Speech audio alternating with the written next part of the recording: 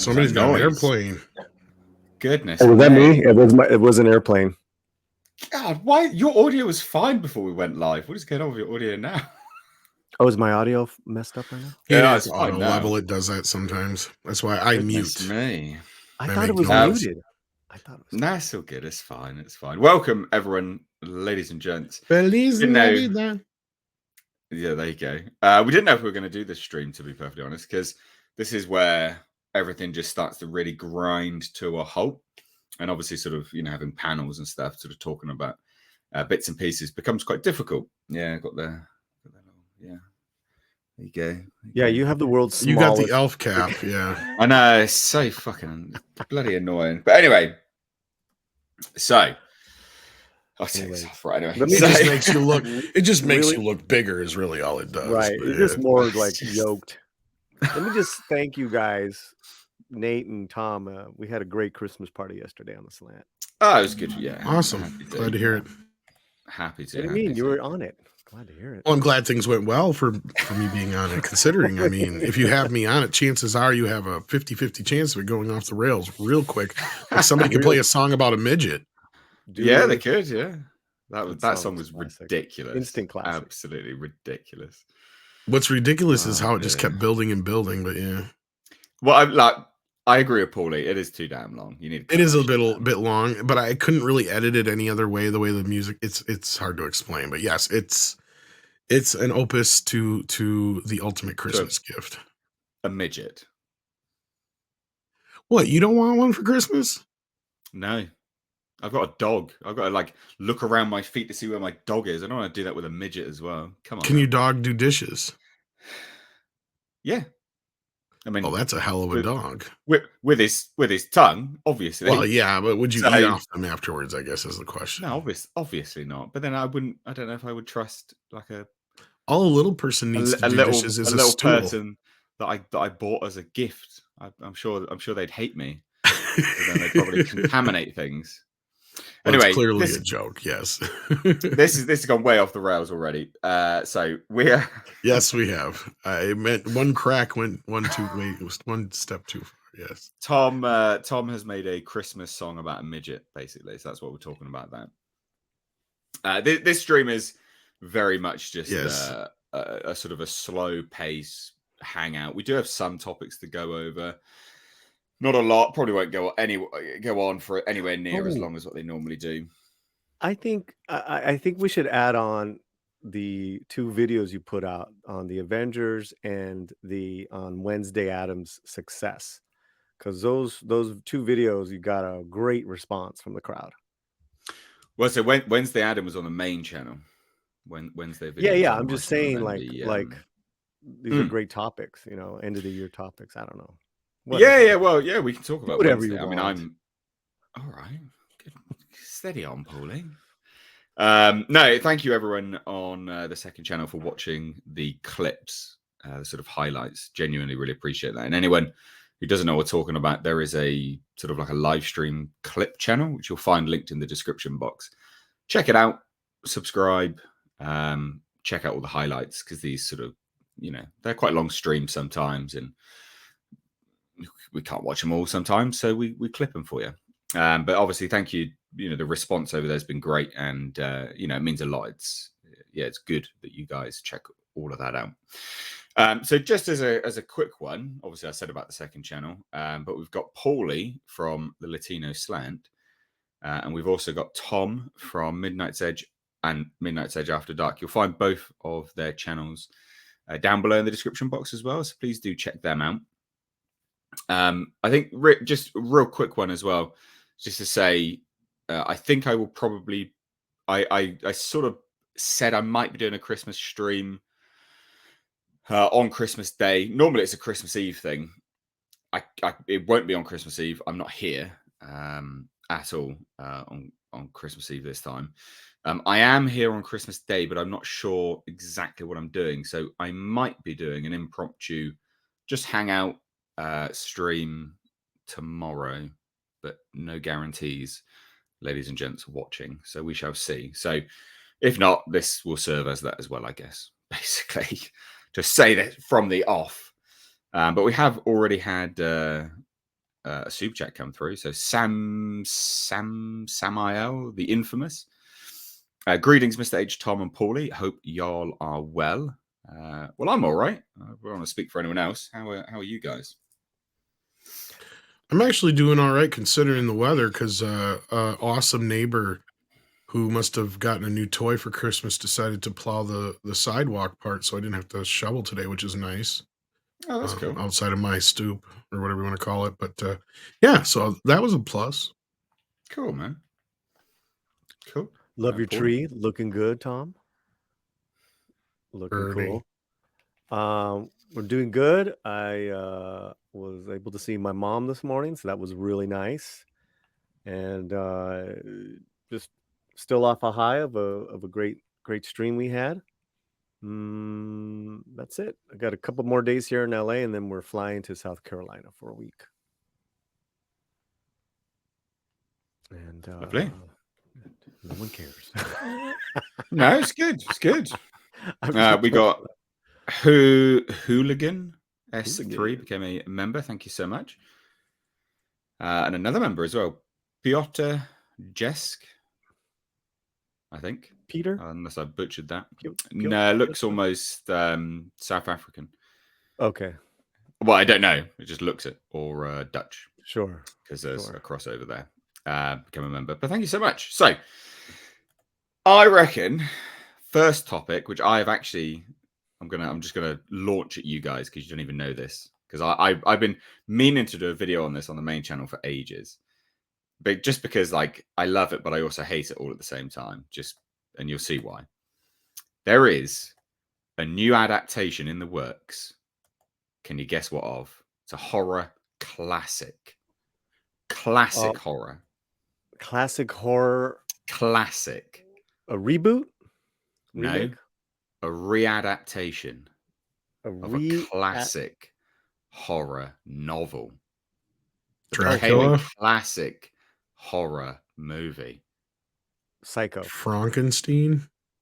No. Shall I put you out your misery? Please. Is it Misery? The Keep. Oh. Choice. I probably do for one. Look, this film is terrible, but it is also cool all at the same time. So I'm saying, yeah, you could probably do something with this. Yeah. Oh, mate, you could absolutely do something with this. I saw this news and I was like, this is great. Just because, like, it's a terrible film, so bad, but it is so good. Wait, and, the book was bad or the film? Oh no, the film. The book's like the book's the book. This bit it was the film that the film's a shit adaptation. They butchered it and got all crap. So I just remembered this image. Anyone else remember this image? This like this sort of demonic presence thing. Oh God, I remember this. Oh, this film's so bad, but so good. It's everyone's mission to go watch this. Watch The Keep now. But basically, look, a potential remake readaptation of The Keep started in the works like a few years ago. There's been no updates, and then obviously, when we don't hear about these things, you're like, "Oh, it's dead." Of course, whatever, it's dead. But the author of the novel has come out and basically said, "Yeah, it is moving forward." So I think was it Twitter? Yeah, so it's Twitter. He just said, The Keep, 2 days ago, after a year and a half of lawyering between the purchaser and my side at ICM, I signed an option purchase agreement with Greg Nicotero for the remake of The Keep. So Greg is a longtime fan of the book, and he's got the chops to do a worthy adaptation. So Greg is from... Greg Nicotero does The Walking Dead, doesn't he? Does he do anything else? Yeah, I mean, yeah, he's been a long time. He's long been time in Romero. Yeah, as far as like disciple. Yeah. So, look, I think this is great because this could be really good. I mean, it might not be. For those that don't know, The Keep tells the story of it, and I like the Nazi setting. I always like the Nazi setting because but I do, say that again. Just make sure you put setting closer to the last word. I know, yeah. So, Because but well, no, because they did dabble in the sort of mystic and occult, right? Like that is something which they did, something which they sort of explored. So I like it when you sort of embellish those things or play on the what if potential reality of, well, what if it actually happened, and what if there Mm. was actually something there. Like, I think it's great. That's why I always liked Indiana Jones when they did all of the the artsy stuff. I'll say Yahtzee instead. Yeah. Just because it's like it's what they did. So you just embellish it. Like, I think it's great. But anyway, so it tells the story of a group of Yahtzees who unwittingly unleash an evil entity known as Radu Molasar when they take over an ancient stronghold in Romania in 1941. Molasar then tricks an ailing Jewish historian named Theodore Kuza into helping him escape the confines of his prison. But a mysterious stranger with great powers of his own is awakened and sets out to confront his demonic nemesis. I mean, it's pretty paint by numbers, but it's still cool. Still cool. And obviously, the Michael Mann adaptation in 1983 is the. I mean, it's not good, but it's still kind of worth looking at.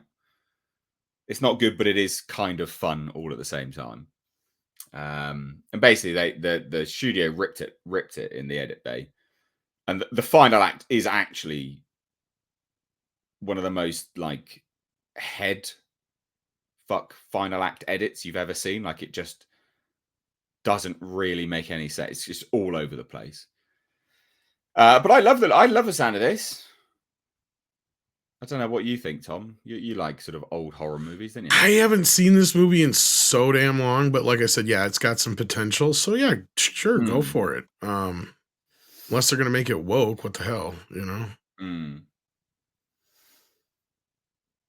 Paulie's just like Mm, vanished. So Yeah, it I don't must think he's be. as much of a horror fan, but yeah. Stop. Why do you keep saying that? Do you just say that to talk You're smack? like you're like, I don't go to horror movies. I only go because Romy likes them. I like No. elevated horror. Paulie confirmed horror hater. Everyone. Only elevated horror for Paul A. Yeah, only Babadook. Only the Babadook. Well, you Only certainly that wouldn't kind. like this then, Paulie. This is I'm just way below pitching your your palate. No, standards. what's weird is I never heard of this, and I'm a Michael Mann fan, so I'm like, Have you not, okay, this mate? must have went really bad for Honestly, him. It wasn't a movie that really lived. Yeah, it didn't. The yeah. movie didn't keep well, let's say, to be punny. No, it didn't. But then, like, you look at this and you're like the imagery is cool. Like the atmosphere. They got the imagery right. I mean, this is super dumb though. Look at this, like weird. Yeah, These it's a suits. very interesting idea. Are those like Yeah, Yahtzees right there? yeah, yeah. That's what he was saying. Yeah. Oh, And I look kind at of tuned out this. for a minute. I'm not gonna Look at lie. that. Oh, you tuning out, you son of a bitch. I'm just being God. honest, man. Honest Yeah, reviews. I'm just being honest too. You know, You I ain't I no tuning remember out. Latin. the. I'm not no Latinxer, man. No, man. No. No, if you were, you'd certainly not tune out so much. Scott Glenn is in this. Nice. Yeah. So look, I mean, it's a terrible film. Like, it's absolutely atrocious, but it's also, I mean, I remember this. This was the image that I remember. Look at that. Like the sinew and the flesh and stuff. I remember this as an image, and I was like, God damn. Like, I think there's something to be had here. I think it could be, yeah, I think it could be really cool. If it doesn't get ripped apart. So, yeah, positive. It's bit my lip on my cheek. Positive, I think. I don't know. I'm all for. The thing is, like, I'm so sick to death of Stephen King adaptations. Right? Mm. It's just like consistently Stephen King this, Stephen King that. Oh, it's a new Stephen King adaptation. Blah blah blah blah blah blah blah. It's all we get consistently. So it's nice to see a new. Well, it's not a new one, but it's kind of new. It's not Another Stephen King horror. anyway. Yeah, exactly. Like, that's what I want. I want more adaptations from other things. Like, that's what I want. And this could be really good. This could be really good. And then hopefully, maybe, Hollywood will realize that there's, other horror writers outside of Stephen King and fucking adapt their stuff as well. Like, for goodness sake. So I don't know. I think this could be cool. Paulie's vanished, but what do you reckon, Tom? Yeah, I think it could be interesting. Like I said, it has some potential.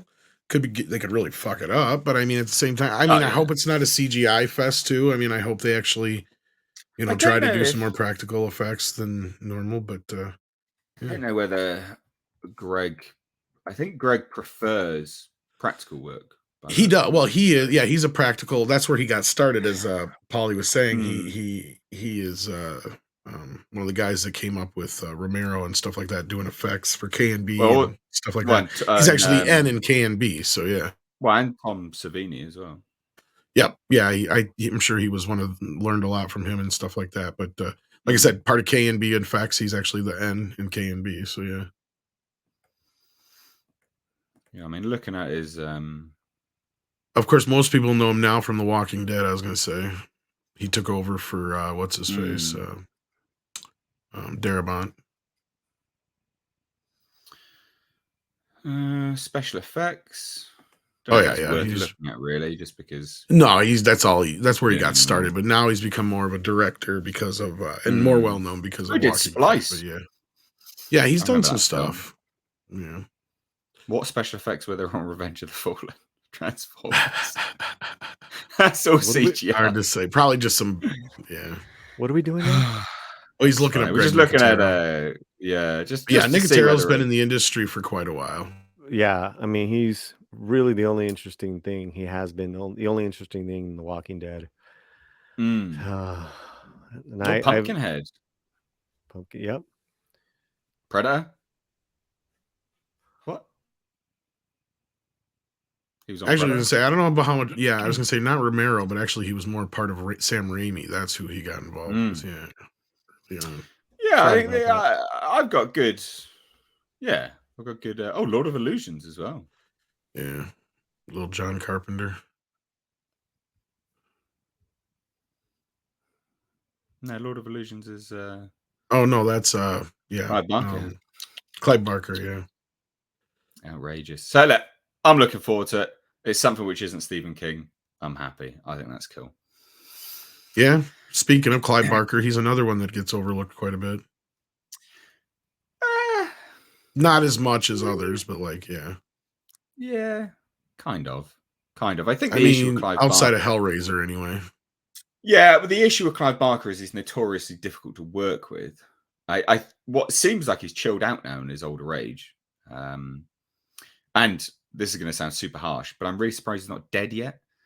And I say that because he has AIDS, right? He was sued by an ex-partner because he gave them HIV Well, he's or AIDS been or whatever. sick for quite a while. Yeah. This is what I mean. Like, I'm surprised he's still going.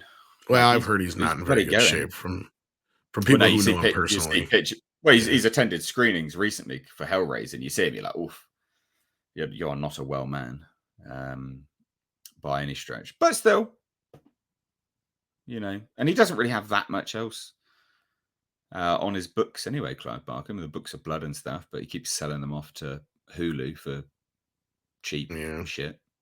But he had Or a is it couple No, other it is Hulu, things isn't it? Yeah, but not. Yeah, not an awful lot. He was because more of like a short story writer than anything else. yeah. He doesn't do like novel sort of novels kind of fall apart under him.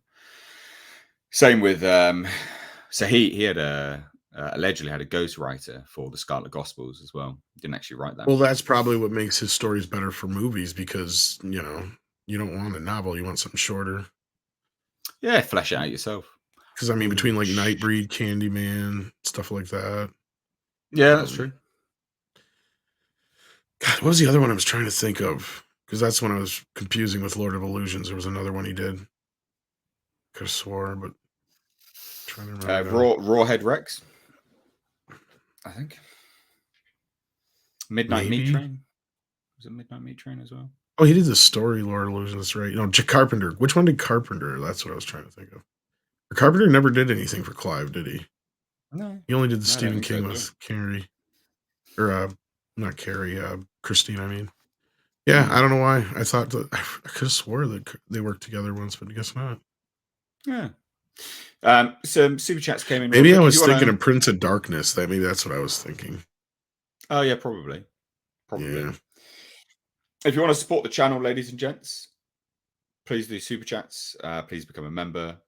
I'll be doing sort of like an announcement thing moving into the new year. Things will be changing with memberships and Patreon and stuff. Will actually be working again properly, whereas this year's been a complete shit show for all of that. So, but I'll cover that another time.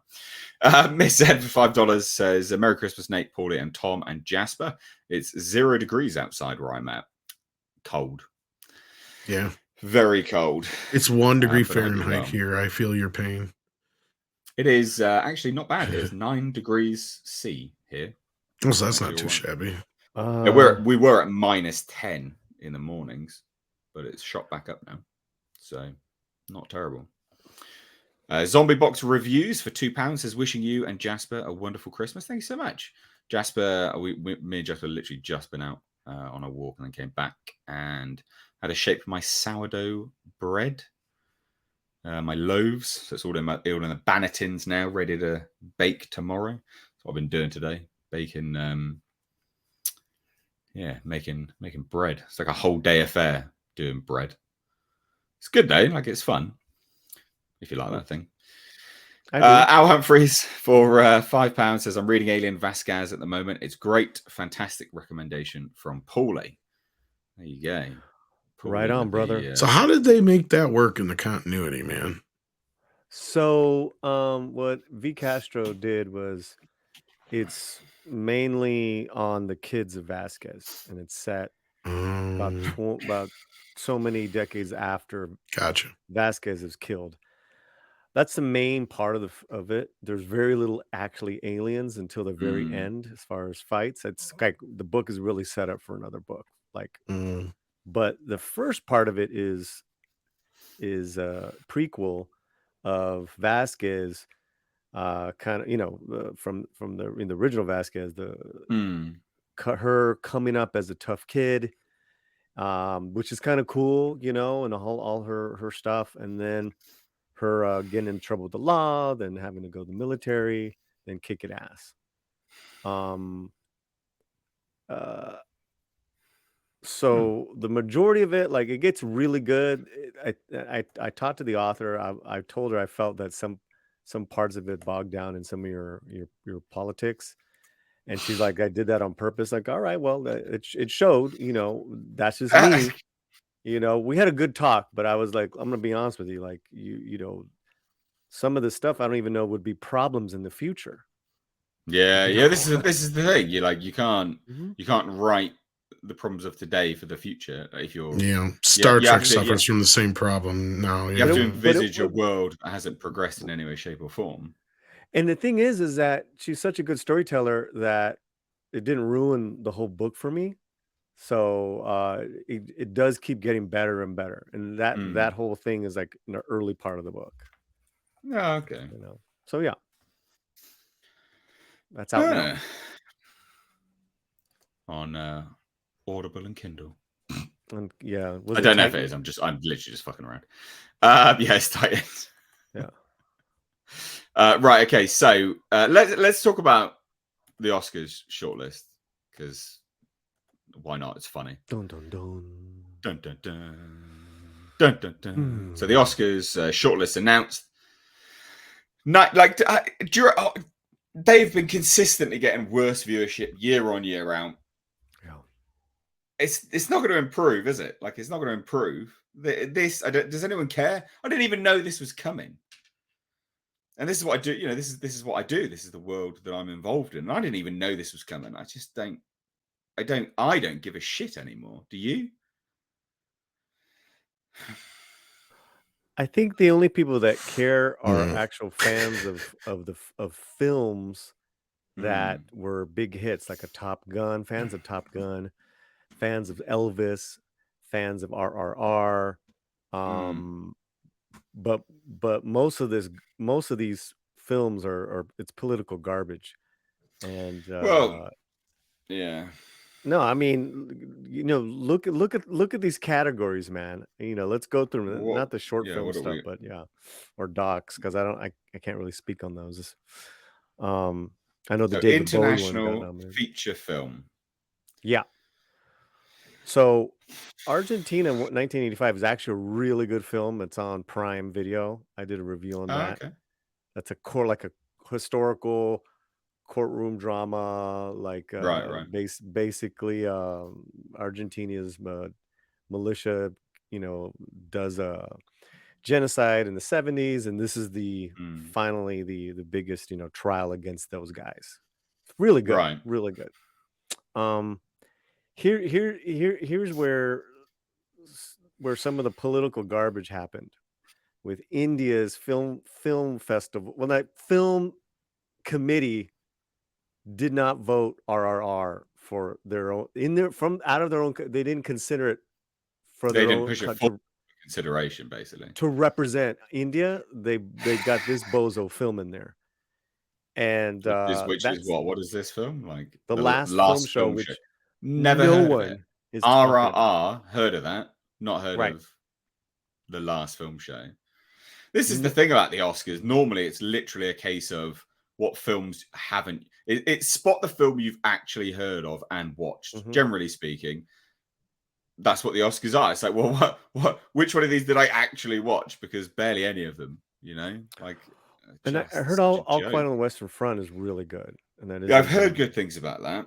Yeah, I've heard good things.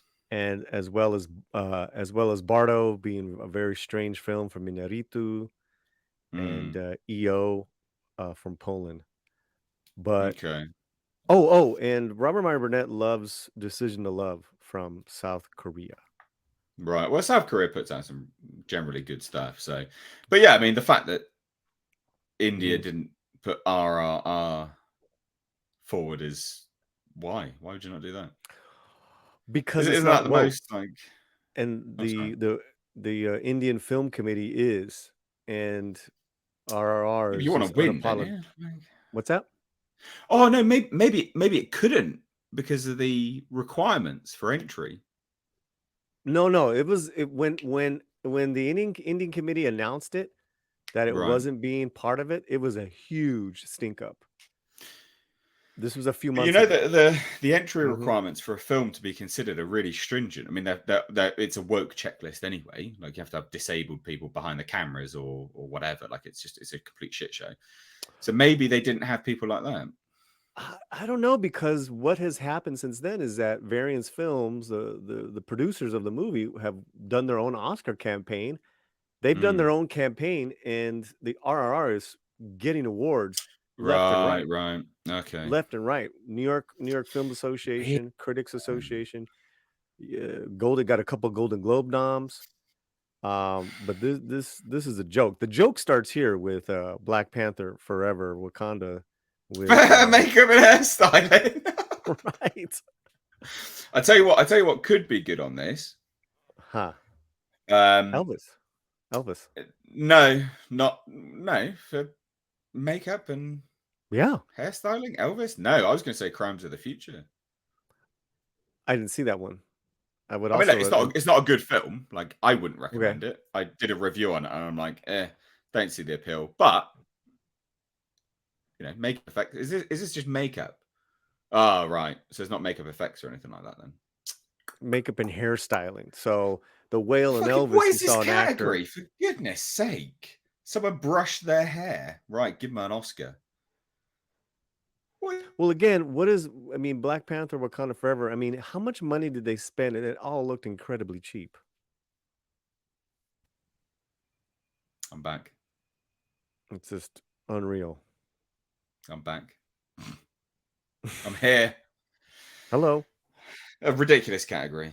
This is a joke. Yep. But the whale, maybe, I guess. They did good. I don't know. How is the Music. Batman on there though? The How's Bat. Black Panther Wakanda Forever original I don't know score? that. How? Now, I know Tom's really big into scores. I don't know if you've got to listen to any of these scores this past year, Tom. Nope. None that I can see there. I honestly, Guillermo del Toro's Pinocchio is absolutely amazing. The I was music about to say throughout the whole that's film. That's the one I could probably imagine. But I mean, But the or Woman Everything Everywhere King, All at Once. she said, Everything Everywhere. It's got great. It does have great. It's very trippy, but for me, again, what is Black Panther: Wakanda Forever doing there? What's Avatar doing? I liked Avatar, but Sorry. I didn't remember the score. Mm. Anyways, What? I'm back. Sorry. okay. My lead didn't arrive in time. So and then So you've got what? original song. What are the original songs then?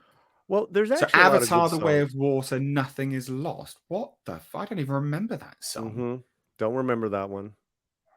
The Lift Lift Me Me Up Up. is a Rihanna song. Oh, that was terrible. Terrible. The Chow Papa from Awful Pinocchio. song. Chow Papa from Pinocchio is incredible. Natu is incredible. You go down, the Top Gun Maverick, incredible. So there's like 3 incredible songs, and and that's it. Goodness me. Animated short. I don't know what animated short Be right films. back. I haven't seen any of those things. Sound. So this is for sound design. Is this what this is for, Tom?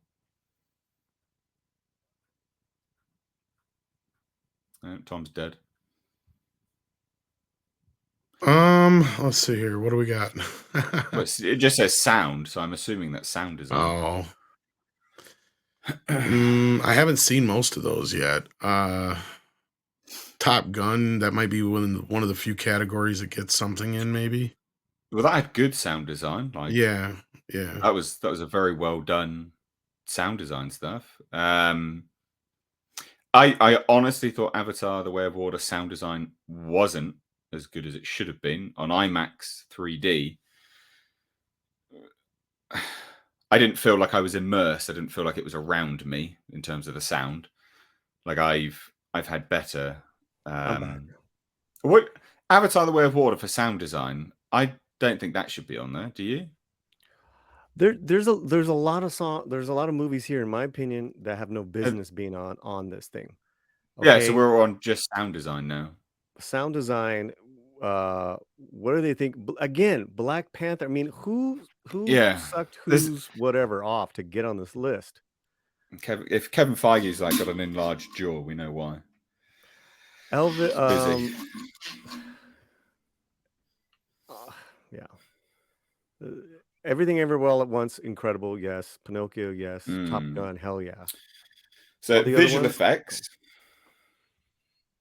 Yeah, it's just these are But terrible lists. But the fact that Wakanda is on both of these and It's RRR on is all of not, them, isn't it? Is it literally on all of them? Please don't tell me it's on every. it's Obviously, 3. Well, if you're including song, I think it's 4. it's on makeup and hairstyling. So that's Yep. 1. Yep.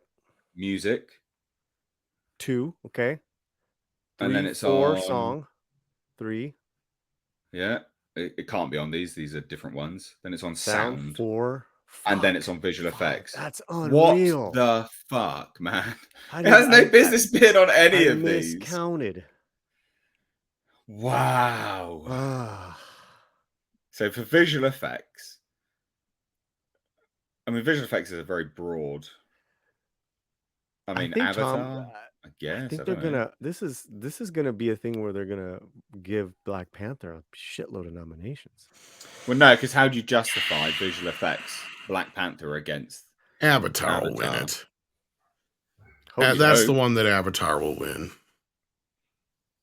I mean, even I can say that it should win that out of the Yeah, films that are there. 5 Oscar, 5. It's like 5 things on the shortlist. and that's not Oh even my best film, god! best actress for Angela Bassett. You got to imagine they're gonna get some of those cat nominations. That's depressing. I mean, that is so predictable, isn't it? I mean, but Doctor Strange, Fantastic Beasts. What the fuck are these movies doing on here? This is. Well, I mean, Doctor Strange, all Marvel movies currently have awful visual effects. Awful. Their visual effects have been going down the drain for some time. They are terrible. The visual effects of those films are genuinely bad. And the visual effects in Marvel films currently are so indistinguishable from one another. Like you go into the multiverse, cool, Yeah. looked epic when you first went there.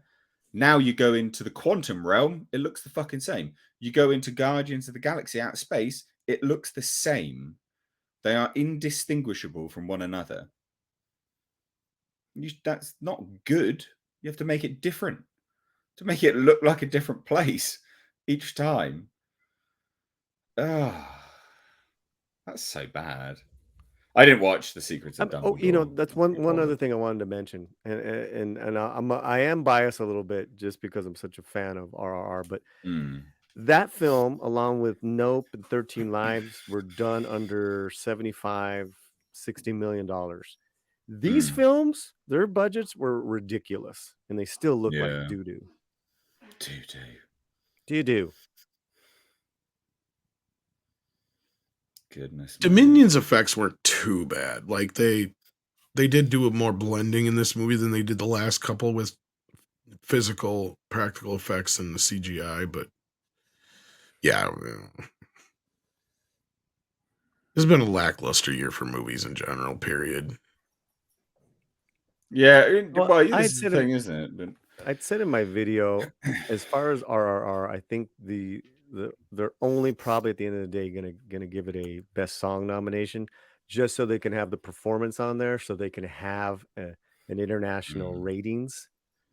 You know, maybe it'll win, maybe it won't, but it's all pandering at this Well, and point. that's part of my problem with the Oscars. Just part of there's a lot of problems I have with the Oscars that I don't have enough time to get into.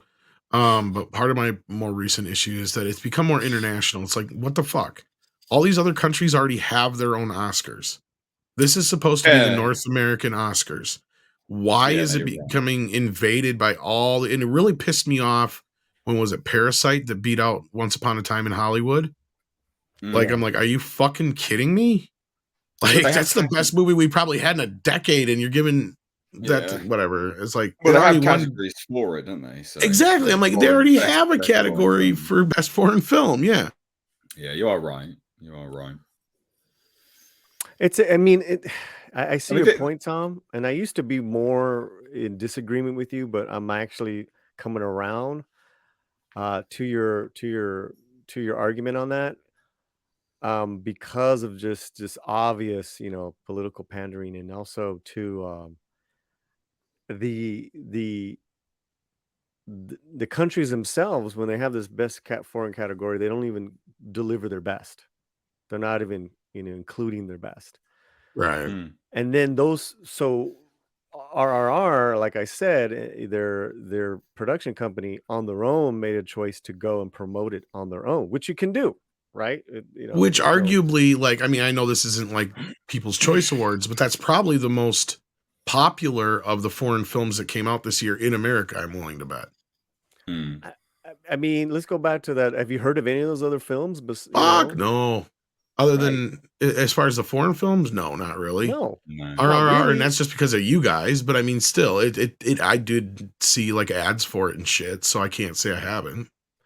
Well, also too, like which of these films, you know, really have a huge audience behind them? That's what I'm Wakanda saying. Forever? No, and that's what I'm getting at too, is right. Like, I get you there. Like, that's if you're going to give a foreign film some kind of acknowledgement from the U.S., what film took the U.S. by storm that was foreign film? RRR, right? You know, and I mean the Oscar, and this is my another large portion of what I have a problem with. The Oscars used to be different. They used to acknowledge all films from all different categories, not just indie, not just Oscar bait films. They used to, you know, give almost all films some kind of acknowledgement somewhere. Like, you know, a lot of times the editing and the special effects and the sound effects categories, that's where stuff like Star Wars and stuff like that would usually get acknowledged. You know, and the music categories where you get whatever the hottest soundtracks of the year was. That's where a lot of times films that necessarily wouldn't get any notice whatsoever would get some kind of notice. But now it's like it's almost got to be like you got to sweep the Oscars. And that started with like, you know, I call it, you know, English Patient Zero when Weinstein started buying out the Oscars in the 90s. And then when he was dissolved, it started becoming the let's appeal to the foreign and you know, and Oscars so white and Oscars need to be more gay and everything else. It's like the newsflash, they already were kind of gay. But hey, like, no, back then also they didn't take Always. themselves so fucking Always. seriously. Exactly, Polly. But that's the thing is also back in the day, they didn't take themselves so damn seriously. Like, I've showed the clip a few times. And I'm sure you could go out there and find it if you want. There's a great clip that kind of encapsulates what I was talking about. The Oscars kind of almost were like a light roast. Like it used to be, they would get out there, make fun of themselves a little bit, have a good time. Billy Crystal would poke some fun at people. You'd have a few musical numbers that were kind of exciting. Madonna was one that really blew up at the Oscars. I remember when she did. Prince, well, I don't. When did he show up at the Oscars? Which year? The 80s. Was he even nominated for Bat Dance or anything like that, or what? No, he won for Purple Rain. Purple Rain. Did he really? He performed it too. I don't know. I remember that. Oh yeah. Anyhow, see, I'll have to look that one up. But that's the thing. The point is, I was saying this clip I'm talking about. It has Walter Matthau and Jack Lemmon. Great comedy couple from the past. They come out to present a couple of awards. They talk about, there's directors who know everything about aperture and the lenses and the camera ins and outs and what type of lighting to use and nothing of the human condition. And you have other directors who don't know anything about the camera but can, pull the greatest performance out of actors and, our big babies on set and this, making fun of everybody. And then Jack Lemmon, of course, will chime in is like, and we have all these directors here tonight, so they would be roasting each other. They would have fun with the whole thing. It was like, it was a game, especially like another one of my favorites when Martin Short and Carrie Fisher come out and Martin Short is wearing the same dress as Carrie Fisher. And of course, the big butt of the joke is like, Carrie's like, you knew I was going to wear this dress, Martin. He's like, yeah, Carrie, you have hundreds of dresses. I have 4. like that's, they would just have fun. It wasn't like this taking ourselves so seriously, going out and having this big, huge speech like Michelle Williams did about, well, at each point now, and all that kind of shit. It's a self-congratulatory circle. Exactly. It's fucking, and it's turned into exactly what they always accused it of being. And it's like, again, it's like many other things, but sorry, I didn't mean to go on such a long rant. You're almost shocked when they don't give a speech. Yeah. Or they just thank their parents and their other fellow actors. Yeah. Now they've got to give you a quick lecture before they pick up their, solid gold fucking statue. Ridiculous.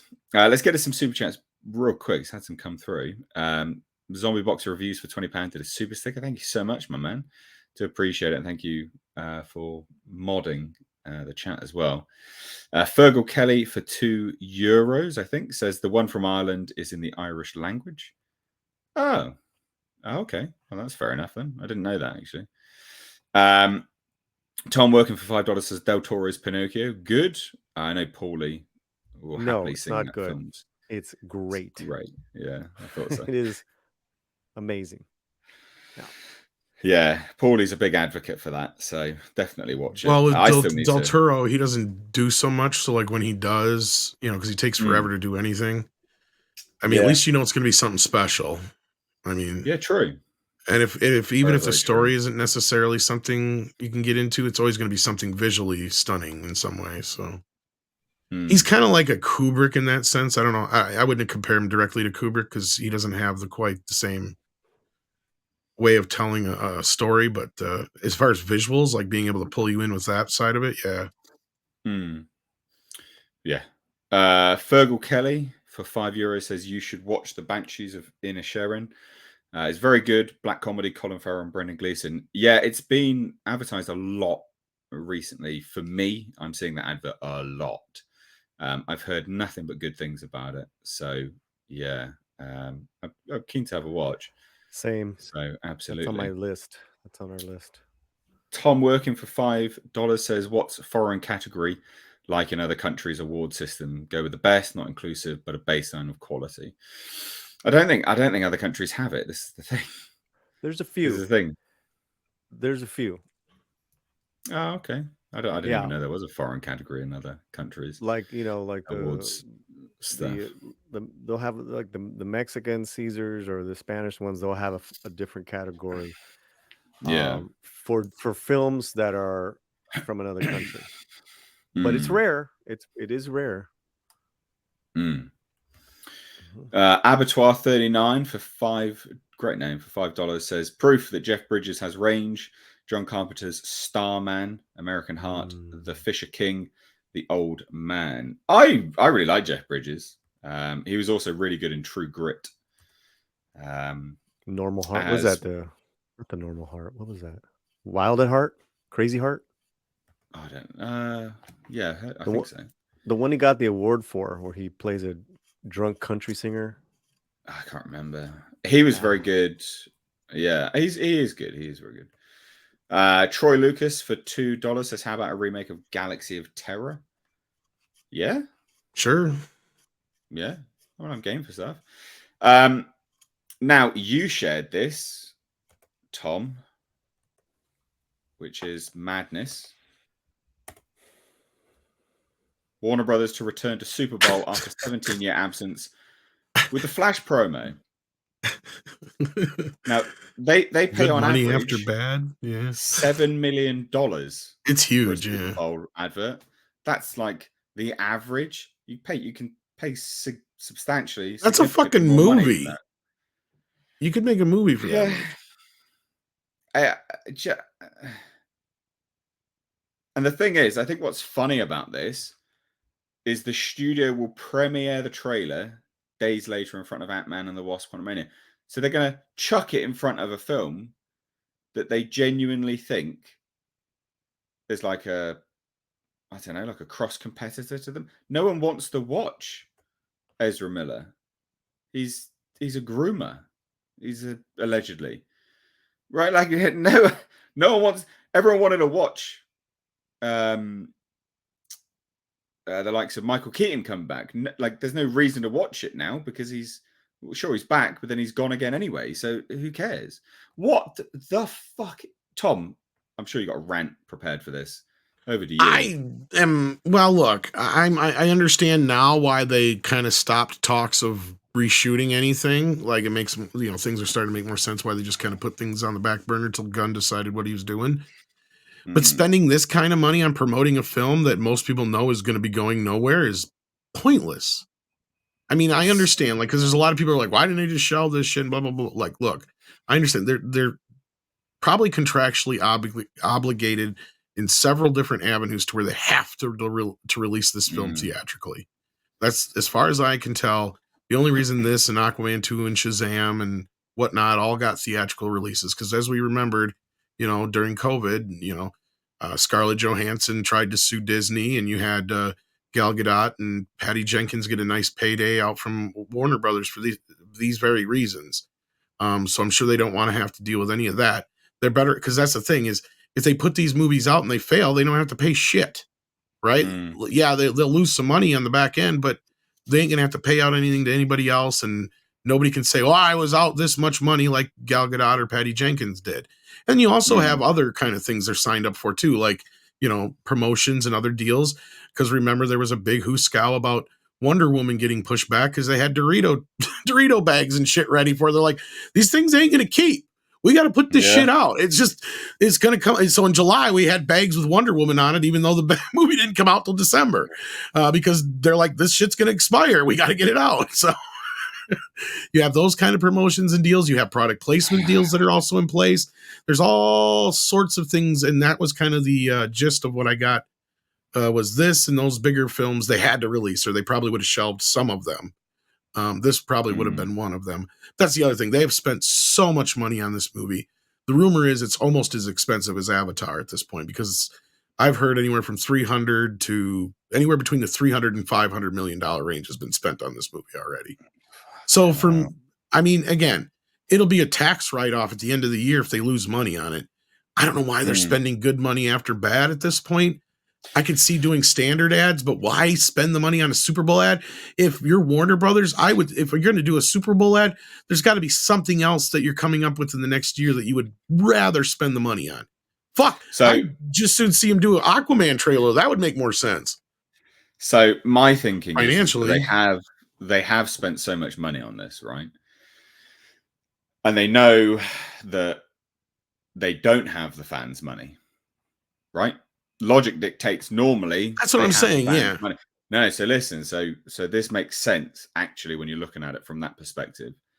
They know they don't have the fans' money at this point, so they have to try and get as many normies on board as possible who are way outside of the sphere of film news and know anything about Ezra Miller. So they're thinking, right, All $7 million, right, I $10 see million what you're saying now, trailer. but See yeah. what I mean? That's the only way I can think that this makes sense to them, is that they're Yeah. trying Yeah, desperately to because get the normies money.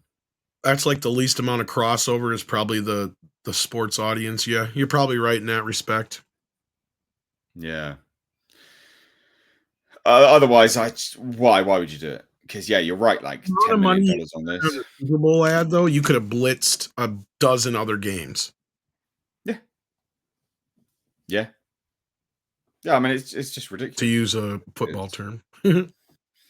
it's absolutely ridiculous. So there's that part, and then the the thing which runs kind of contrary to that I'm, to that as the reason behind them doing the Super Bowl thing is that they say um, they're going to be putting this trailer in front of Marvel Studios' Ant-Man and the Wasp in theaters, apparently. So they're like, you sit down to watch Ant-Man and the Wasp, you're going to see this trailer. Yeah, it's That, some kind of deal. I don't know if the studios pay for it actually, or if it's just a handshake deal they do. They usually yeah. will attach trailers to movies. Yeah. Now I hate Scumberto, right? Scumberto Gonzalez, don't really like him, but he is right here. So he says an insider with knowledge of the project, the film has been tested positively. It has, like I know that. So Well, of they course, Member buries the movie is going to test positively.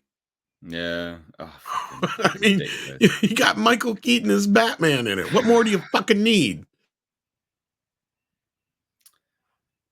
It is bizarre, isn't it? So, who do you reckon would have made this decision? Do you reckon this would have been Gunn? I'm guessing. I mean, it would have had to have been now, wouldn't it? To do the advertising part of it? Oh hell no, that's beyond him. That's You all think? in the. Oh yeah, that's in the But the he's DC Studios. Surely that's part yeah. of But it as as well. far as like what they spend on P&A and all that shit, Mhm. that's where it'd be great to have like Valiant or something here because he'd tell you like that's almost a completely different department. Very rarely does a director or a creative producer have any real major control over what goes out other than, I mean, yeah, Kevin Feige used to, but in this case, this is the Mm. studio just trying to recoup what they can and move past it. I don't even think Gunn did anything to these movies, right? Like, I Yeah. don't think he, Well, no, he if wouldn't have the any, time. Wouldn't well, have not time to just do that, it's anything. like, why? And the only other thing I don't understand is that people are saying that they're cutting out the cameos. Unless somebody has a basis for that, I say that Mm. they're just not in the latest screenings because they don't want, the goodies to get out. That's all. Yeah, And I true. mean, because at this point, these movies are basically the last hoorah for these stars. I mean, Henry Yeah. Cavill shot his stuff, Ben Affleck shot his stuff, Gal Gadot supposedly in the movie. So at this point, why not let Flash and Aquaman be the last two films that close the book Yeah. on the Yeah. Snyderverse kind of thing? Yeah. Oh God. Paulie, are you here still, or have you disappeared? You disappeared Oh, from I'm the mic. here. What do you think? Um, sorry, man, I don't have an opinion on it. They might be You needed trying to Lesnar. advertise this like a Endgame kind of event, Nate. That could very well be. I mean, we don't even know how they're going to approach this Yeah, film yet. true. You are right. You are right.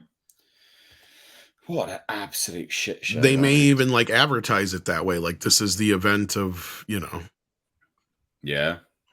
the whole Well, DC so universe. that actually takes us off conveniently into the next topic, which is advertisement, false advertisement, which studios have Yeah, I been heard doing about for this. ages. Well, they've been doing it for ages. There's so much crap in trailers, Well, that's the thing. There was always a just not in the fine film. line.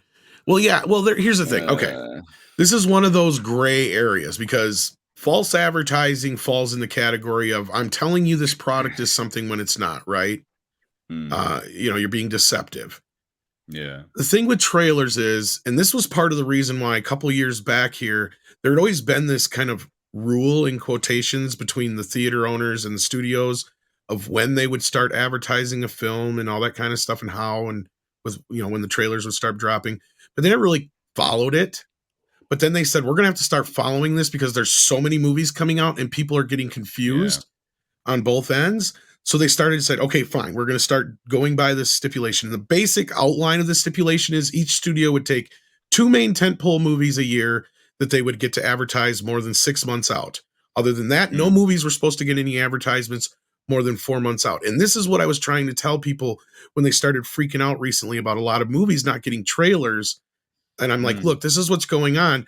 The studios are adhering to this because people are getting confused at when these movies are supposed to be out because they'll have a poster and a trailer for a year and the movie don't show up and they forget about it and stuff like that. And same thing, they're sick of, the theaters only have so much room to advertise shit. So it's kind of a standard marketing window. It was kind of a standard marketing thing. Now, the other end of this, as far as like the stuff that gets in the trailers that doesn't wind up in the final film, look, there's always been this understanding between the advertisers, the market, the people watching the trailers. If your understanding of how a movie works, sometimes shit's going to happen in the final edit that sometimes stuff just doesn't end up in the final film. That's fair. But what we have now, and this is why I think this is becoming a deal. Completely deceptive marketing. We have where like a Marvel film is a great example of this, where they actually show you a completely different take of that scene and expressly leave things out and or put things in deceptively, as Nate's getting to mislead people. In one way, it's okay to tease people with a story and try to kind of, mess with it a little bit there. But what Marvel's doing, I agree, is kind of getting to that point where you're stepping over that line of you're really trying to sell us a movie we're not getting, basically. Same with DC as well. To a point, yeah. But I'd say Marvel is probably the hugest example. They're more adept at it of late. So what happened was movie studios can now be sued under false advertising laws if they release deceptive movie trailers. A federal judge ruled on Tuesday. So U.S. District Judge Stephen Wilson issued a ruling in a case involving Yesterday, the 2019 film about a world without the Beatles. So 2 Ana de Armas fans, I love the fact that there's just Ana de Armas fans that have created this situation, filed a lawsuit in January alleging that they had rented the movie after seeing Ana de Armas in the trailer, only to discover she was cut out of the final film. Which is funny that I found it on. Really? Well, it is, but it isn't. At the same time, it depends on how. When did they know she wasn't going to be in the final film, and how early was the trailer? This is what I was talking about before. This one actually falls in that gray area. But now, were they trying to sell the movie on her being in it? That's the question, I guess. Well, this is the interesting thing, right? Is that Universal sought to throw out the lawsuit, arguing that movie trailers are entitled to broad protection under the First Amendment. Wow. The studio's lawyers argued that a trailer is an artistic, expressive work that tells a 3-minute story conveying the theme of the movie and should thus be considered non-commercial speech. It is literally a commercial. They need to find a better way to argue this. It is literally a commercial, because when it is shown before a movie in a theater, it has to be rated, and it literally says the following commercials are blah, blah, blah. It is literally a fucking commercial. It's an advert for the movie, because you follow on from a trailer by going, it's out on this day, please watch. It's not just like a standalone product. They literally tell you when the main product that they're advertising is available for your consumption. What? Okay, yeah. See, here's the thing.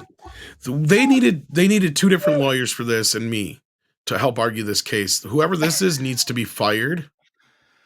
Because this is the dumbest fucking argument I've ever heard. Because I could argue this case very well, and you could get enough advertising people involved, and they would say, "Yeah, no, there's precedent for this." Is because it'd be like assuming you get the you draw it to a comparison to you would assuming you're getting the model that's showing the item too. That's pretty like you could get to that point. But as I said before, there's arguments to be made for movies are changing in motion as they go along. Unless the studio was deliberately saying she was in the film and advertising the film with her being in it, they could make an argument that the shit just happens to change.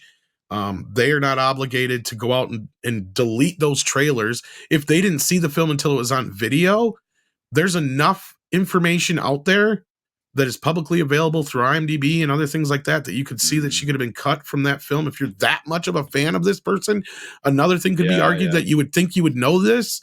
And then the other side of it too is that, it's just like anything else, you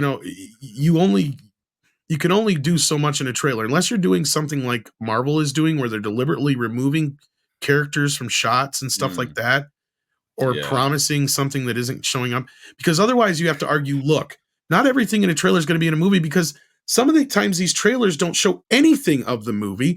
A great example is Deadpool doing the old Alfred Hitchcock bit, right? Yeah. Where he is literally just there selling you the movie. None of it's scenes from the film. It's him doing the bit. Different. Yeah, but that's see, and that's where I think these arguments need to be made, is that you're coming to a situation where they're more of an interpretive thing on the part of the person, as long as the studio is not selling you that this person's in this movie in every poster, on every single TV ad. A trailer is going to change sometimes. You're just going to get that, I mean. Well, so this is what happened. So Wilson rejected that argument, finding that a trailer is commercial speech and is subject to California false advertising law and the state's unfair competition law. Universal is correct that trailers involve some creativity and editorial discretion. Right. But this creativity does not outweigh the commercial nature of a trailer. At its core, a trailer is an advertisement designed to sell a movie by providing consumers with a preview of the movie. So yeah, if you include a whole person that is no longer in that film, yeah, it's pretty fair justification to sue. I mean, false advertising. To a point, yes and no. Like, that's the thing. Is like, it should the studio have probably put out a press release that she was no longer in the film? Maybe it might have saved their ass in this case. But see, that's the thing, is I'm surprised they won this case. This seems a little loose to me for American well, this law. is the interesting thing. So in their briefing on the issue, Universal's lawyers argued that movie trailers have long included clips that do not appear in the finished film. They cited Jurassic Park, which had a trailer comprised entirely of footage that is not in the movie. Universal also argued that classifying trailers as commercial speech could open the door to a parade of lawsuits from dissatisfied filmgoers who could make a subjective claim that a film did not live up to the expectations created by the trailer. This is where Universal has a good point there. Well, I said, but then listen. So they say, under plaintiff's reasoning, a trailer would be stripped of full First Amendment protection and subject to burdensome. But they go back to the First Amendment again. That's what I don't get. And any time a viewer claimed to be disappointed with whether and how much of any person or scene they saw in the trailer was in the final film, with whether the movie fit into the kind of genre they claimed to expect, or any of the unlimited number of disappointments a viewer could claim, the studio's lawyers argued. And that's a valid point. Wilson sought to address that concern by saying the false advertising law applies only when a significant portion of reasonable consumers could be misled. So, yeah, having a whole person in a trailer and then cutting them out of the entire film, I mean, that falls under that, to be fair. It's happened many times, though. In fact, I just watched a thing about pull the trailer. This is the thing, though. Well, you could, but that's what I'm saying. We live in the day and age of the internet, though, where that's not the case. You can't necessarily just pull a trailer, right? Well, you can pull it from your official channels, which would cover you. You legally. Could, and maybe they did, but it evidently didn't. That's my point here, and that's where I see Universal's point outside of this First Amendment thing.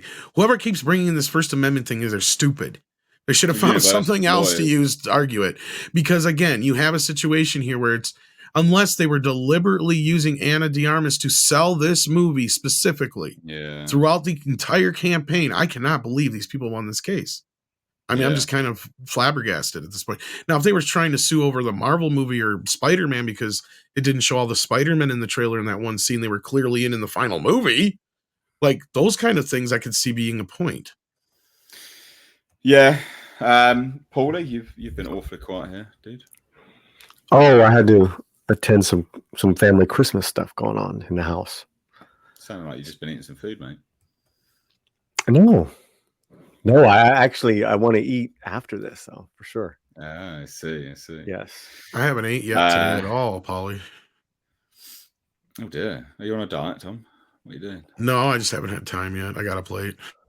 Oh, all right then. Well, let's get us some super chats briefly, and then we'll move on to our last topic. So, Leiden says, "Hi, Raish Al H. I hope you and Lord Jasper are well and have a great Christmas. Apologies that I can't stay longer to watch the stream. Oh, I'm sorry I didn't get to your super chat in time. Then sorry, mate. But thank you so much." Tom working for $5 says, "Trailer lawsuit, stupid in my opinion. I used to sell people crap. Everyone is lured in. It's the game, marketing, madmen mode." Yeah, you are right. But I think if the marketing is, yeah, I just think like if you're showing a whole person that's cut from a film, you should probably change your trailer. Like I think that's fair. Outside of it, then yeah, like I see the point, and it can fall into nonsense. Well, and that's the thing. And here's the thing: is one other last point on that. There's a separation, and this is what I was saying earlier: is when you have the departments that are putting these trailers together. A lot of the times, a lot of this marketing stuff is put together months and months in advance before the movie's even finalized. So when they cut a trailer, they're cut like a 2-minute trailer. Like 90% of like their TV ads and all that kind of shit are cut from those trailers. They're just cut down versions of them. So unless she's in all these ads and they use her as a headliner in the film, I'm just really surprised they were able to use this case. Because I mean, there's arguments to be made there that that's just how the system works, you know. And as you get down the line, you realize something may change. You may have to reshoot something. Maybe the film gets fucked up. I mean, back when we actually used to have physical film, you know, something happens and you got to reshoot a scene and an actor's not available. That stuff happens. And those things used to be able to, you know. Yeah, I get it. I guess that's like extenuating circumstances, though. That's what I mean. But I mean, and that's where I can't believe this lawyer kept arguing the First Amendment. I'm like, what the fuck are you talking about? It's almost like an act. You're better off arguing an act of God than fucking First Amendment. What the hell? Yeah. Morton 009 for $10 says, "In my opinion, Matt Dillon in his prime could have been the perfect Batman if he had ever gotten the chance, along with Lucy Lawless as Wonder Woman. Yes to Lawless as Wonder Woman. Brendan Fraser as Superman. Don't see that so much. Billy Zane as Luther, though, I see. But Brendan he could still play Luther, probably. I don't know if Brendan... isn't he? What is he? Billy Zane's got fat. I think he's fat. Oh, but not like Luther can't be fat. But then you could just accuse him of being Kingpin, though. Yeah, true. Yeah, I don't think Fraser ever quite had that to play Superman. No. But, no. You know. Still good. Yeah, we did. That's the thing, and that's what I complained about Wonder Woman when it first came out. Is like we should have had a Wonder Woman movie 20, 30 years ago. Yeah. Why are we just getting one now? And yeah, there is one point when we should have had like a Lucy Lawless led Wonder Woman movie series in the 90s or late 80s or something. Mad About Hatter for €10 says, "Good evening, gents. Does the James Gunn thing have anything to do with HBO aiming for 150 million subscribers by the end of 2025? 48.6 million, November 2022. Is this so important for them?" James Gunn's got nothing to do with HBO subscribers. I mean, it's all part and parcel, but his stuff will be separate. His content will be folded into HBO and will be a driving factor behind it. But him doing what he's doing is not. Both things coexist, basically. The only real connection is Peacemaker was a fairly decent hit for HBO Max, and that's part of what led to where we got to here, which is why they were real keen on getting him. But no, as far as the other side of it goes, I don't think one has anything to do with the other, like Nate was saying. Tom Workin says the trailers can often be outsourced to something. Well, they are always. That too. That's what I'm saying. Yeah, exactly. So you have two different entities working on these things. Exactly. Unless you're Kevin Feige, where you have complete Godfather kind of like control over shit, or James Cameron, say, like, you're very rarely, even James Cameron couldn't get around that shit. I don't know if you guys remember this. Cameron tried to hide that Arnold Schwarzenegger was the good Terminator in Terminator 2, but it leaked out early. Because if you see all the original teaser trailers, it's set up to make it look like Arnold's a bad guy. And if you watch the movie, you're supposed to believe he's the bad guy until you realize, oh shit, he's not. He's the good guy. Like that was the twist in the movie, but it got spoiled early on. Because you look at the first trailer, it's, you know, they build up the Terminator's coming back, and then just Schwarzenegger, you open his eyes, he says, I'm back. Or I said I'd be back, or whatever it is he said. I can't remember now. But yeah. So I mean, even then, like, you can't get around that shit. And that had nothing to do with the movie. It was the facility showing how the Terminators were made. They didn't show that in the movie. Yeah. It was a lot easier too back then to, like, you know, hide some of your secrets, you know, plot twists in the film. E.T., Gremlins, all those hid the creatures. Yeah, you know. Right, now we're going back. Picture this, ladies and gents. 6 years ago. 6 years ago. All on Hold on. There you go. 6 years ago, all you can hear is my voice. Hello. Fucking brilliant, eh? Testing. So picture this. 6 years ago, all you can hear is my voice. We're talking about Alien once more. Right, anyway. So this is Fede Alvarez's new Alien film. It's got a working title, which, in fairness, working titles don't really mean anything. But this is an interesting one because obviously it's Romulus. That can actually mean some bits and pieces. Prey's working title was Skulls. So there can be some bits and pieces. And obviously Romulus was the legendary founder and first king of Rome. Now, we do know that this... we don't know anything about this film, in fact. There really is nothing that we know about this film. But if you're working on that as a working title, and this is our sort of conspiracy theory... And this is separate from the series? It's separate from the series, completely separate. But if we're working on, we'll chuck our conspiracy theory hat on, Romulus being the founder and first king of Rome, we could be dealing with... I don't know. Basically, we could be looking at a connection moving further with Alien Covenant Hill that's said to be its own thing.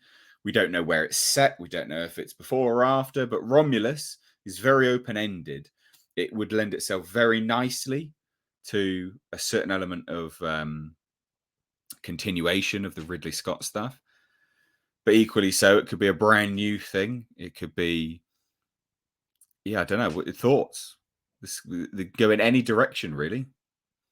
Honestly, I've reached that point where there's two good Alien movies. That's about it. Nah, man, Alien 3 is underrated. Shut up. Alien 3 is a little underrated, but at the same time, I cannot support what they did to several characters. And I will never forgive Ridley Scott for fucking up Blumkamp making his film. Because I'm sorry, Alien Covenant is one of the worst remakes in history. It is a director remaking his first film, only doing it horribly. And Prometheus was a convoluted mess that had too many conflicting ideas that could have been interesting. Could have been an interesting setup to this whole idea, but no, in the end, it just turned into a mess. And Covenant just ruined it even more, so... Well, basically, Alien Romulus is the working title. It's going to start principal photography in February 2023, so soon, which would be nice. We'll start getting some updates about that. And this came out of absolutely nowhere. In March, the Hollywood Reporter was just like, we're getting an brand new Alien film. Everyone's like, what? That came out of nowhere. Like, absolutely out of nowhere. But so according to Film and Television Industry Alliance, production listing, Alien Romulus will begin filming February 6th, 2023. And that will be in Budapest as well, which I think is where they... no, they didn't... Budapest. I was going to say that's where they filmed Hellraiser, but it wasn't. I think that was Serbia. Yeah, I think it was Serbia. Yeah, but they say, look, the working title of Alien Romulus is a name that has been floating around online since November. Budapest Reporter's news piece also says it's likely that filming will be taking place at Origo Studios in Budapest, where a number of prominent sci-fi films such as The Martian, Blade Runner 2049, and Dune have been shot. So a good pedigree and cheap as well. That's the important thing. It's all a costing thing there, in fairness. So the folks over at Perfect Organism, the Alien Saga podcast, who have been in contact with director Fede Alvarez, also previously posted that a round of filming had already begun in Australia as far back as September. And to our knowledge, they were also the first to mention the location of Origo Studios last month. So that's Perfect Organism, basically. Kaylee Spaney was rumored to be in talks by Deadline for the lead role, but now she recently posted an HR Giga piece of artwork to her Instagram, so that pretty much confirms she is cast, I would imagine. Even though there's no cast members. Oh no, sorry, and she is currently the only cast member on the production listing here, and it seems safe to say obviously she got the part secured. So I mean, there's not really a lot of news here to go into. I think the name's interesting. I think the name's really interesting. I think that can go in so many different directions. And you know what? I'm quite excited for, and I shouldn't be, but I liked Prey, so maybe this will be good as well. I'm quite excited for a new Alien film. And I don't see the issue with it being a female lead. The franchise on a whole has been female led. It follows that pedigree. Whether it's a direct female lead, sort of circumventing internally in film with men as well, which has happened throughout this series. But it's generally been fronted by a female, and I don't see the issue with that. I know a lot of people did, but I don't know. I like the sound of this. Would anyone? Any Paulie? Yeah, I just got some news that in fact this Aliens Romulus is going to be the lead. The female lead will be Jennifer Lawrence, and she'll be the first. Fuck's sake! I couldn't help it. I couldn't help it. Ah, dear. Well, I heard she was in fact the first alien. So Prometheus and Covenant was actually just building to Jennifer Lawrence's birth. Sigourney's just lucky that Jennifer turned it down, or she would Right. never be the star she is today. Well, Yeah, the no, thing you're with this right. film is that Lawrence will be playing both heroine and alien And villain, at the yeah. at the same time. Yeah. And it won't actually even be CGI. She has that ability. She's just so good. Right. You're gonna see an alien pop out of her chest. Fuck's sake. Oh dear. Look, I mean, is anyone keen for a new Alien film? Let's put it that way, right? Like, I mean, this is my jam. I love Alien stuff. So, is anyone else keen for a new Alien film? If they can get it kind of back on track, maybe.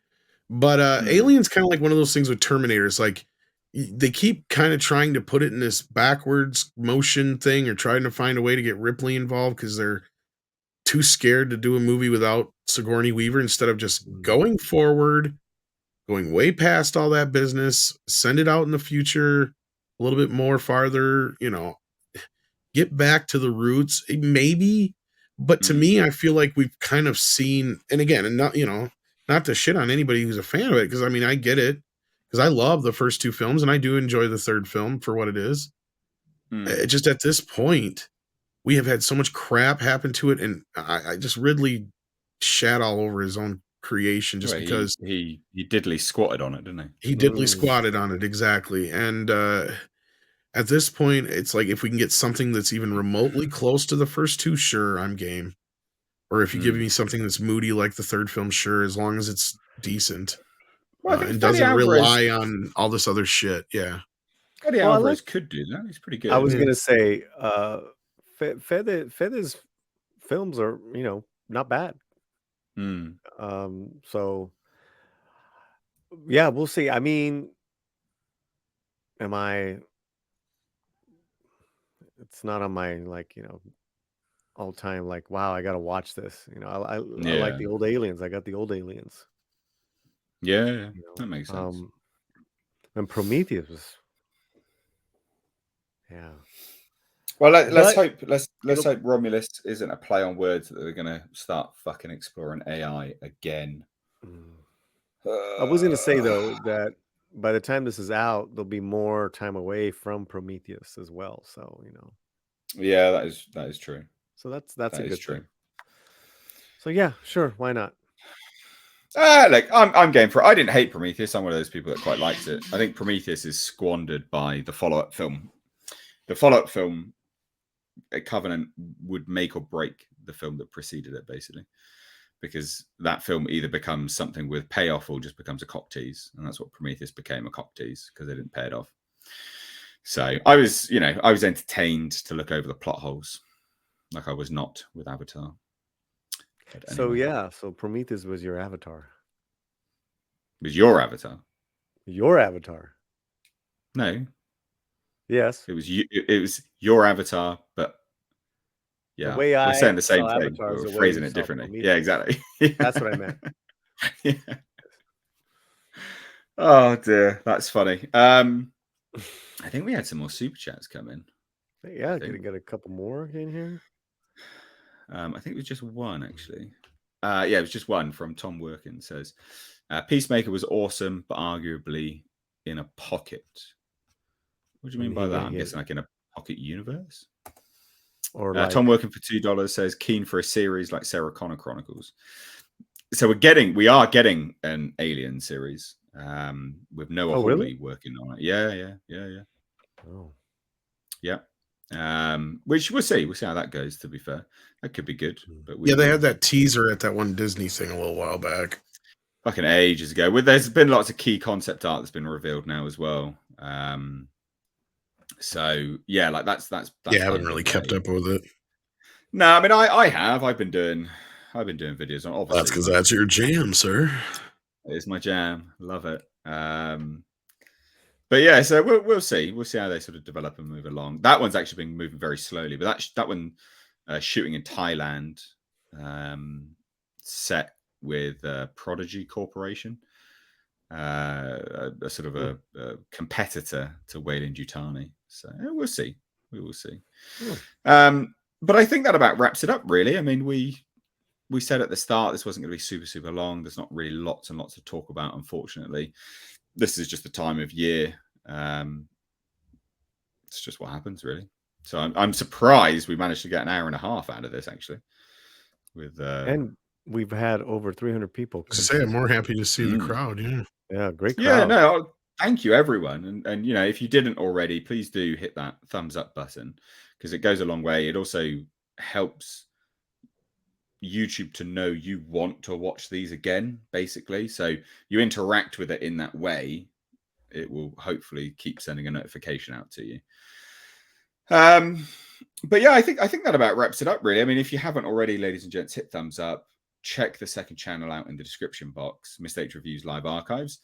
And also, Zombie Box, Andy's been doing a great job here, chucking everyone's channel in the chat as well. So please do subscribe to Midnight's Edge After Dark, Latino Slant. Support these guys that come here to do a great panel for you. So please do. The bearded one for £1.79 says, when will you review the X-Files, Mr. H? I don't know if you can review the X-Files on a whole. I've been slowly watching them back again, actually. I'm on like season, I don't know, season 7 or something like that. I'm quite far into it now. So I don't know if you can review it on a whole. You probably have to review it season by season. But I mean, they hold up, man. They really hold up. They're good. Yeah. A couple years ago, when I first started my channel, we were doing watch parties every week of like season 1, episode 1, like we went through. That's brilliant. I love that show. So if you're ever gonna do a retrospective or review, count me in. I think, yeah, I don't know how we'll have a consideration of how to do that. I'll be keen. I just don't know how I would do that, but yeah, the show's great. It does hold up. I do find as the series progresses, the more comedic based ones keep dropping in, and they annoy me a little bit more and more each time as the series progress. I'm like, get back to the serious ones. And I also found Agent Doggett to be really irritating because he became the Scully, even though he was seeing everything that Scully was seeing and just didn't believe it. And you're like, come on, man. Like you in one episode, you literally pulled like a weird parasitic god out of Scully's back, and then the next episode you're like, I can't possibly believe that this is happening. It's like, mate, come on now. You just had amnesia. Come on, buddy. So that stuff always annoyed me, but that's just in-universe funny stuff for me anyway. Larry Quadro for oh yeah, go on. No, I always felt that this series should have ended at the end of season 7 with Requiem, and that was it. Wrap it up, and then they just kept going. And even then, it was already lagging after season 5, just as far as you felt it. You did feel it every now and then. Feel it, yeah. Like, come on now, you're milking it. There was at that point where you felt like they were milking it, I think. Well, his team of writers and Carter were just kind of like, already a little fresh out of ideas and enjoying the success, and then trying to do Millennium, and then Lone Gunman, and then the movies. Yeah. You are right. Larry Quadro for $5 says, hope you all have a wonderful holiday, happy Hanukkah and Christmas, and don't forget Festivus is tomorrow. Much love, everyone. Festivus, brilliant. Thank you everyone for there's more, sorry. Tom Working says Larry. The like and energy of Peacemaker isn't shared, and honestly I haven't seen an episode. Bearded One says X-Files is so relevant with the virus and COVID. Yeah, I guess. I don't know. Would you say that was? I think I see what he means. Is I think this the relentless pursuit of truth of Mulder and the skeptic. That is what. Yes. Yeah. Okay. Yeah. That's everything. And then on a human point, how those two characters ended up really needing each other. It is very timeless, and then like you said, it's still relevant sometimes, with so much. I mean, all this wag the dog goofiness that's happening with the government, and kind of like these cover-ups and all that stuff, that was all in X-Files. Absolutely. Yeah, you are right. You're completely right. I'm a big X-Files Fusion EV says, hey guys, I'd recommend The Recruit on Netflix. 8 one-hour episodes, great show, starring the Atom from Black Adam, and he's very good there. I think I saw an advert for that. Yeah, same. I heard it's good. Olaf Van S says, Merry Christmas for those I don't talk to tomorrow. Thank you, everyone. There might be just me hanging out drinking a bottle of wine on a stream tomorrow. I haven't 100% secured that notion in my brain yet. It's dependent when my back hurts or not, basically, because I'm an old man these days. So we shall see. So there might be a stream tomorrow, but no guarantee. So we shall see. But thank you, everyone, for joining. From me, Tom, Paulie, cheers. I hope you have a great evening, great Christmas if we don't collectively see you before, on respective channels and all that good stuff. But thanks for joining, and obviously we'll be streaming. I will be streaming next Tuesday and Thursday. I don't know whether Paulie will be able to join. Are you able to join next week? Yeah, I think we can. Maybe I can come in like half the time.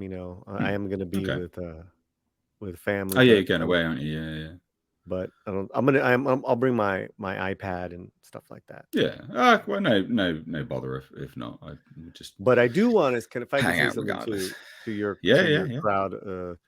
The Mr. H reviews crowd has been so wonderful to me those last couple of months.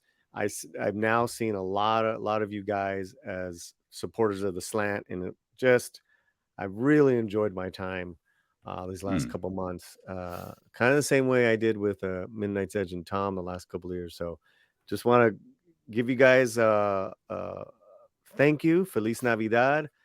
Please spend it with loved ones. Peace. Be safe. All that good stuff. Yeah. No, everyone, thank you. Obviously, setting up these streams and asking people to commit and things like that is difficult. So obviously having you guys be so positive and support other individuals that are here, it does go a long way, like a significantly long way. So thank you. But now I shall say farewell from me, Tom, Paulie. Peace out. Take care.